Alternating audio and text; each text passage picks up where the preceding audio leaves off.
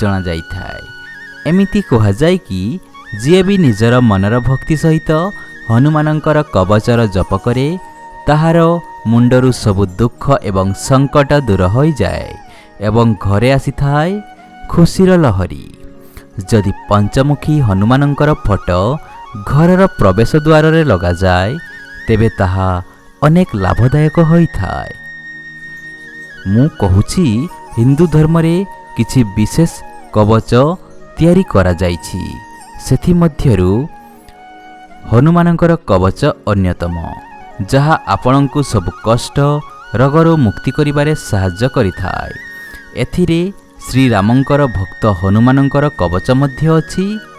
तेबे एही भिडियो रे मु आपनकु कहिबी हनुमानंकर कवचर लाभ एवं कवचर किछि सरल उपाय जहा आपणकर किछि भी संकट